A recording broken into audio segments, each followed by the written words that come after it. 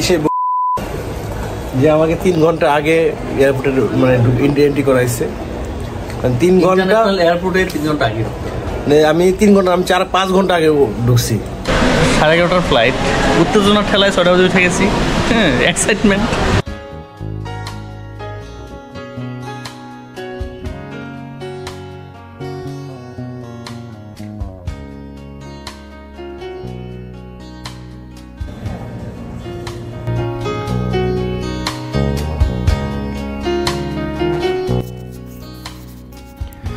বাংলাদেশ সময় এখন সকালে 7:30। আমরা যাচ্ছি হযরত শাহজালাল ইন্টারন্যাশনাল এয়ারপোর্টে।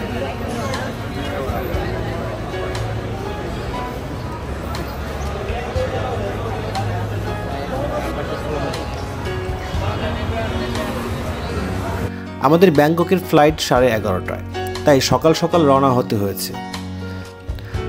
এই থাইল্যান্ড যাত্রায় আমার সঙ্গী হিসেবে আছেন বন্ধু প্রখ্যাত নাট্য নির্মাতা সাজিন আহমেদ বাবু।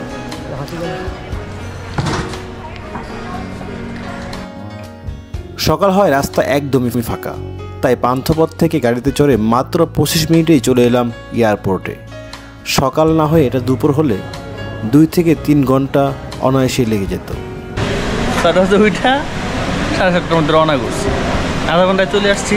আধা ঘন্টার মধ্যে ইমিগ্রেশন হয়ে গেছে। সকালে তো রাস্তা ফাঁকা ছিল না, রাস্তা ফাঁকা মানে এখন 3 ঘন্টা বসে থাকতে হবে, এমন উত্তেজনা এখন আমি বসে থাকবো 3 ঘন্টা এসে। নিয়ম কটায় কখন বের হওয়া লাগে? না, এরকমই মানে 2.5 ঘন্টা 3 ঘন্টা আগে আসলে বেটার, কারণ অনেক সময় ভিড় থাকে।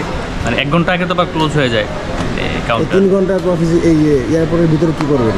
এখন নাস্তা করবো, তারপর ডিউটি ফ্রি কিছু কিনতে পারলে কিনবো, এখান থেকে কিনলাম না, যাওয়ার সময় কিনবো। আর যে মুজিব কর্নার আছে, এখানে বই পড়বো বসে বসে। আমি বই পড়বো আর আপনি ইন্টারনেটে ঘাটবেন, আমি জানি তো যার যেটা কাজ। মানে সকালে ঘুমাইছি রাত 3টায়, 2 ঘন্টা ঘুমানোর পর সকাল 6টায় আমাকে তুলছে, আবার ফোন দিছে, ফোন দিয়ে তুইলে আমার বিমান এই এয়ারপোর্টে নিয়ে আসছে। 11:30 মানে উঠায় নিয়ে আসছে। এখন তো পাগলের মতো ঘুরতেছি, কোনো কাজ নাই, একটা বেকার লোক। এখানে খাচ্ছি সেখানে খাচ্ছি। অবশ্য ভালো হচ্ছে যে আমরা এয়ারপোর্টের ভিতরে ম্যাক্সিমাম জায়গার খাবারগুলো টেস্ট করতেছি, বিল সে দিচ্ছে না, পরে ভাগ হবে। এয়ারপোর্টে এসেই তড়িঘড়ি ইমিগ্রেশন দাঁড়িয়ে যাই। এখানেও তেমন সময় লাগলো না, সর্বসাকুল্যে 20 মিনিটেই ইমিগ্রেশনের সব কাজকর্ম শেষ হয়ে গেল আমাদের। মানে সকাল 8:30টার মধ্যেই আমাদের সকল অফিসিয়াল কাজকর্ম শেষ। আমরা এখন ফ্রি, অথচ আমাদের ফ্লাইট 11:30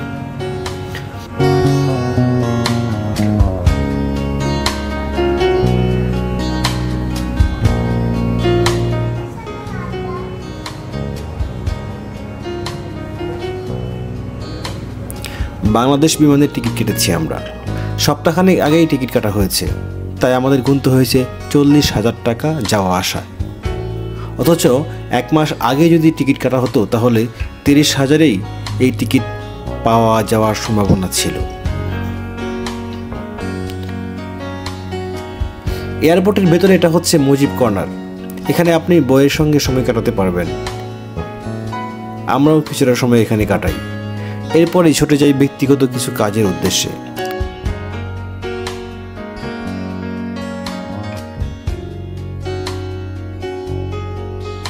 কারণ আমাদের ডলার ইনভেস্টমেন্ট করা ছিল না, এখান থেকেই ডলার ইনভেস্টমেন্ট করতে হবে।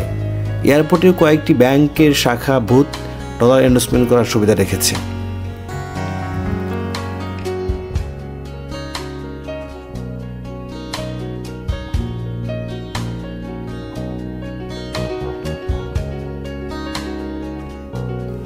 এবার চলুন এই ফাঁকে থাইল্যান্ড ভিসাজনিত কিছু তথ্য জেনে নেওয়া যাক। থাইল্যান্ড ভিসা প্রাপ্তির জন্য স্ক্রিনে যে লিস্ট দেওয়া হয়েছে সেই কাগজগুলো অবশ্যই আপনাকে সংগ্রহ করতে হবে। কাগজগুলো নিয়ে থাই ভিসা সেন্টারে গিয়ে আপনি নিজে হাতে জমা দিতে পারবেন, আবার এজেন্সির মাধ্যমেও জমা দিতে পারেন। ভিসা প্রাপ্তির ক্ষেত্রে আমি সব সাপোর্ট নিয়েছি আমার বন্ধু মাশিকুল ইসলাম আশিকের ড্রিম বার্ড এজেন্সির। প্রতিষ্ঠানটির বিশ্বের প্রায় সব দেশের ভিসা প্রাপ্তির বিষয়ে সহযোগিতা করে থাকে। ডেসক্রিপশনে আমি প্রতিষ্ঠানটির মোবাইল নাম্বার দিয়ে রাখব।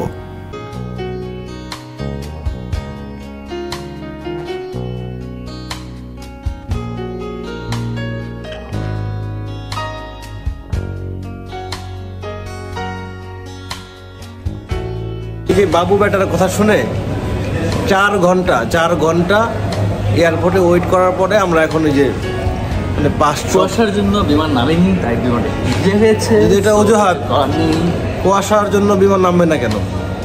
বিমান নামতে হবে।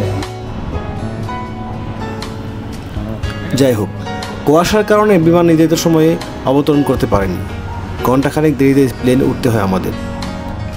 আমাদের বিমানের ফ্লাইট হচ্ছে 11:30টায়। আমরা যদিও 8টার দিকে আমরা 7টার দিকে আমরা বিমানবন্দরে পৌঁছে যাই এবং ওয়েট করতে থাকি কখন, কারণ 3 ঘন্টা আগে আসতে হয়। 3 ঘন্টা আগে আসার পর একটা বিরক্তি ভাব চলে এসেছিলো যে 3 ঘন্টা আগে আমি এসে কি করব। আমার বিমানবন্দরের যাবতীয় অফিসিয়াল কাজকর্ম 10 মিনিটে শেষ হয়ে যাওয়ার পর আমি পুরো বিমানবন্দরটি ঘুরে ঘুরে দেখলাম। দেখার পর এখন শুনলাম যে আসলে বিমান আমাদের যে বিমান নিয়ে যাবে সে বিমানটি কুয়াশার কারণে ল্যান্ড করতে পারছিল না। অবশেষে বিমানটি ল্যান্ড করেছে, আমাদেরও বোর্ডিং পাস দিয়ে দিয়েছে। আমরা এখন বিমানে ওঠার জন্য ওয়েট করছি। শীঘ্রই উঠে যাব এবং কি চলে যাব ব্যাংককের উদ্দেশ্যে। কেমন লাগে ভাই? 3 ঘন্টা আগে এসে কোথায় মতো ঘুরতেছে। 3 ঘন্টা ঘোরাইছে, আপনার পিছলে ভালো লাগতো।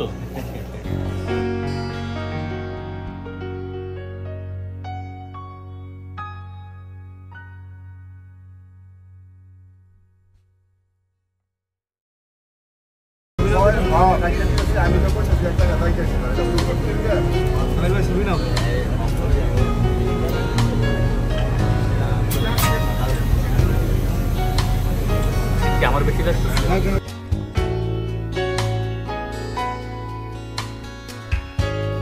যাই হোক, কুয়াশার কারণে বিমান নির্ধারিত সময়ে অবতরণ করতে পারেনি, তাই ঘণ্টাখানেক দেরিতেই প্লেনে উঠতে হয় আমাদের।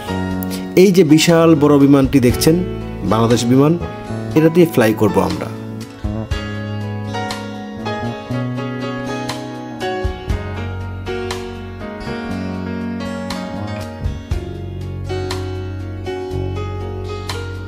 বড় বিমান, তাই অনেক যাত্রী।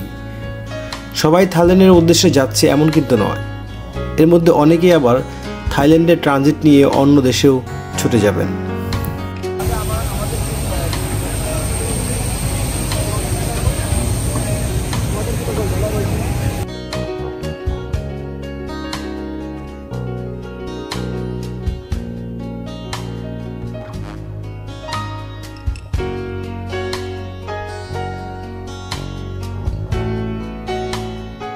যাই হোক, আমরা বিমানে উঠে সিট খুঁজে বের করে বসে পড়লাম নিজেদের সিটে। বিমানে ওঠার পরে ভিডিও করা নিষেধ, এই জন্য স্বাধীনভাবে ভিডিও করতেছে না, ওই যে মোবাইলে চ্যাটিং করতেছে। হ্যাঁ, আমি মানে নেট কিনা আছে তো একটু নেট পাবে না, যে কোনো মূল্যে নেটগুলো শেষ করতে হবে। 10 MB তারা আছে, এটা শেষ করতে হবে। মানে আর 5 মিনিট পরে নেট পাবে না, 10 মিনিট পরে। মানে 10টা MB যদি চলে যায়, আমার এই লস আমি কি করে বুঝবো? সেজন্য আমি ইউজ করতেছি ঘুমায়া ভিডিওটা দেখে এনি হাও 10 MB আমার শেষ করতে হবে। এটা আমার নাই। বুঝতে পারলেন স্বাধীনবাবু কেন বিয়ে করতে পারতেছে না? বুঝতে পারলেন তো?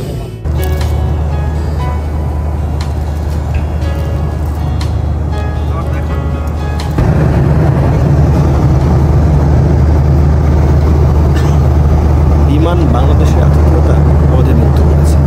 বিমানে ওঠার একটু পরই চা, কোল্ড ড্রিঙ্কসের অফার করলেন।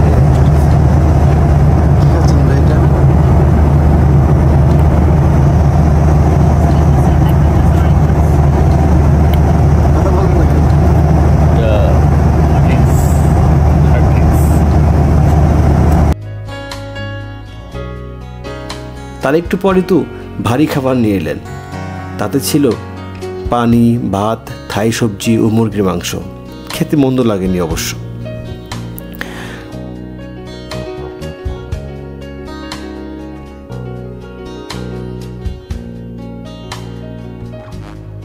টানা 2 ঘন্টা 20 মিনিটের জার্নির পর আমরা পৌঁছে গেলাম ব্যাংককের সেই সুন্দর নান্দনিক এয়ারপোর্ট সুবর্ণভূমিতে।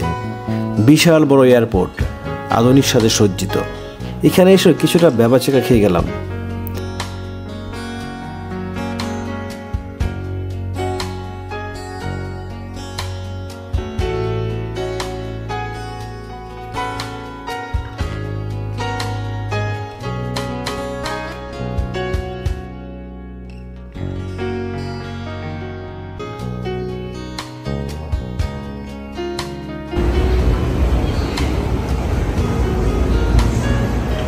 কই আসলেন ভাই? এটা ব্যাংকক এয়ারপোর্ট, সুবর্ণভূমি এয়ারপোর্ট। আমাদের কতক্ষণ লাগলো আসতে? 2 ঘন্টা 20 মিনিট। আমরা উঠছি কয়টায়? অলমোস্ট 12টা বলতে। আচ্ছা, নামলাম 4:30টার দিকে। সুবর্ণভূমি। বলেন আপনার অনুমতি বলেন। অনুমতি তো আসলে এখন কিছু বুঝতে পারছি না, মাত্র নামলাম সুবর্ণভূমিতে। এখন ব্যাংককটা ঘুরে দেখবো, ব্যাংকক পাতায়া সব পুরো থাইল্যান্ডটা ঘুরে দেখবো। দর্শক, 2.5 ঘন্টা জার্নি পর আমরা এসে নামলাম সুবর্ণভূমি, ব্যাংককের সুবর্ণভূমি এয়ারপোর্টে। উইমুক দেশনের জটিল প্যাসওয়ার্ক পার হয়ে আমরা এখন বাইরে বের হওয়ার পথে। তার আগে আমরা একটা সিম নিতে হবে। সিম নিচ্ছি। এখানে টুরিস্টের সিম ইউজ করা হয়, বিক্রি করা হয়।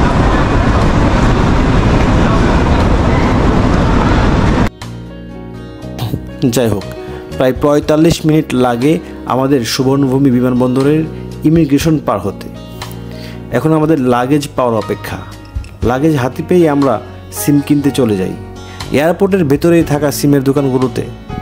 সিম কিনতে যাওয়ার পর জানলাম এখানে 8 দিন, 15 দিন এবং 25 দিন মেয়াদে টুরিস্ট সিম বিক্রি করা হয়। এর বেশিও রয়েছে। আমরা 15 দিনের মেয়াদে সিম ক্রয় করলাম, বাংলাদেশি টাকায় যার মূল্য 1500 টাকারও বেশি।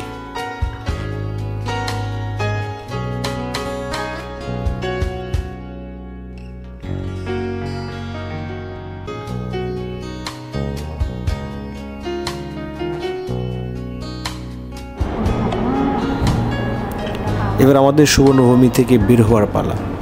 কিন্তু বিমানবন্দর এতটা সুন্দর যে মনে হলো আরও একটু সময় ঘুরে দেখলামও। লাগেজ হাতে নিয়েই এদিক ওদিক ঘুরলাম। এখানে ভাষাগত কিছু সমস্যায় পড়তে হয়েছে আমাদের, কারণ থাইল্যান্ডের মানুষ খুব একটা ইংরেজি জানেন না। আর যারা ইংরেজি জানেন তাদের উচ্চারণগতও বেশ সমস্যা রয়েছে।